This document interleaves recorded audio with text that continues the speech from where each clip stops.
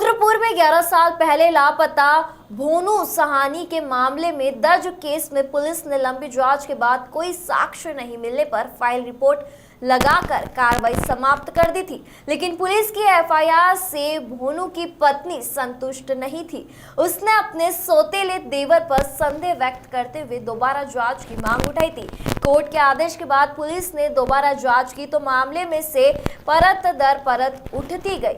CO city Abhay Singh ने बताया कि भोनू रिक्शा चालक परिवार का भ्रमण पोषण करता था। उसके साथ सौतेले भाई छुट्टन का परिवार भी रहता था। 23 जुलाई 2011 को अचानक भोनू लापता हो गया था। भोनू की पत्नी कृष्णा देवी ने गुमशुदा की रिपोर्ट दर्ज कराई थी। विवेचना तत्कालीन उप निरीक्षक पंकज जोशी को सौंपी गई। लंबी छानबीन के बावजूद पुलिस इस मामले की तह तक नहीं पहुंच पाई और साक्ष्य के अभाव में फाइल रिपोर्ट लगा दी गई। लेकिन कृष्णा इस रिपोर्ट से संतुष्ट नहीं थी। जब भोनू लापता हुआ तो उसका सौतेला भाई छुट्टन भी रुद्रपुर से अपने मूल निवास बिहार चला गया था। बाद में वह बिहार से भी कहीं और रहने चला गया। कृष्णा की मांग पर कोर्ट ने मामले की दोबारा जांच करने के आदेश दिए। ऐसे में एसएसपी मंजुनाथ टीसी निर्देशन में पुलिस ने छानबीन की तो छुटकन की गिरफ्तारी ने भोनू के लापता होने की गुत्थी सुलझा दी। पता चला कि उसने उसकी हत्या कर दी थी। करीब 11 साल बाद पति के लौटने की उम्मीद पाली पत्नी को न्याय मिला।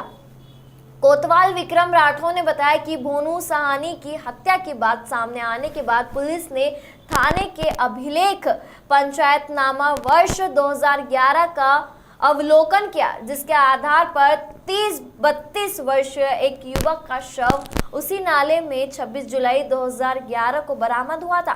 पंचनामों में दर्ज हुआ होलिया कपड़े मृतक की पत्नी और आरोपित छुट्टन ने पहचान लिया है।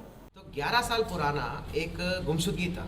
श्री भोनू सहानी है, एक मूल रूप से बिहार का रहने वाले हैं और यहाँ पे सुभाष नगर घास मंडी के पास जो है ऑटो रिक्शा और दिहाड़ी मजदूरी ऐसे काम करते थे। 11 साल पूर्व जो है 23/7/2011 उसको ये रहस्यमय रूप से गायब हो गए। इसकी गुमशुदगी दर्ज हुई। उसके बाद गुमशुदगी के पास जो ऑटोमेटिकली 365 में एफआईआर पंजीकृत किया था। उस समय के विवेचक के द्वारा काफ़ी प्रयास किया गया था। प्रयास के बाद जो है उसमें अंतिम रिपोर्ट लगाया गया था, लेकिन उसकी वाइफ को ये अंतिम रिपोर्ट स्वीकार नहीं हुआ और उसने कोर्ट में चैलेंज करा और उसको वापस री इन्वेस्टिगेशन में लाया। 3-4 साल पहले ही ला दिया था उन्होंने। कई सालों से ये री इन्वेस्टिगेशन में चल ही रहा था। आप सभी को पता है कि माननीय डीजीपी महोदय के नेतृत्व में और पीएचक्यू के द्वारा 2 बड़े अभियान चलाए जा रहे हैं। पहला अभियान है 3 साल से अधिक सभी विवेचनाओं का सफल पूर्वक रूप से निस्तारण करना। दूसरा अभियान है अज्ञात शव का शिनाख्त करके अग्रिम कार्रवाई करना। ये दोनों बड़े स्तर का अभियान है और हमने उधम सिंह नगर में बहुत ही गहनता और इंटरेस्ट और सदृढ़ता के साथ हम इन अभियानों को चला रहे हैं। इसी के तहत मैंने ये केस जब देखा कि भाई 3 साल से अधिक विवेचना भी है, मतलब ये कुछ केसों पे हमने टारगेट करके अभय के निर्देश दिया था मैंने सीओ सिटी को कि ये करेंगे करके। तो इसके संगठित रूप से इन्होंने पूरा कोतवाली का संपूर्ण टीम मिलके इस केस पे लगे रहे। तो हमने वादिनी का मजीद बयान करा तो काफ़ी कुछ चीज़ें पारिवारिक रूप से निकल के आया। उसको देवर पे बहुत ज़्यादा शक था। तो हमने कई 11 साल बाद पहली बार कोशिश करा कि उस देवर को कैसे भी करके पकड़ लिया जाए। तो बाद में पता चला कि वो देवर जो है रायपुर देहरादून में रहता है। तो पुलिस की सभी टीम संगठित होकर वहाँ पर कई दिनों के प्रयास के बाद उसको ट्रेस आउट करा हमने और गहनता से पूछताछ करा। पूछताछ में पहली बार तो वो पुलिस की इन्वेस्टिगेशन में हक्का बक्का हो गया। वो सही से जवाब नहीं दे पाया कि उसकी भूमिका क्या है करके। बाद में अब वो वहाँ से गायब हो गया। तो फिर बाद में उसको ट्रेस आउट करा कि रुद्रपुर के पास ही आ रहा था। वो बाद में पता चला उसकी भाभी को माफ़ी मांगने आ रहा था।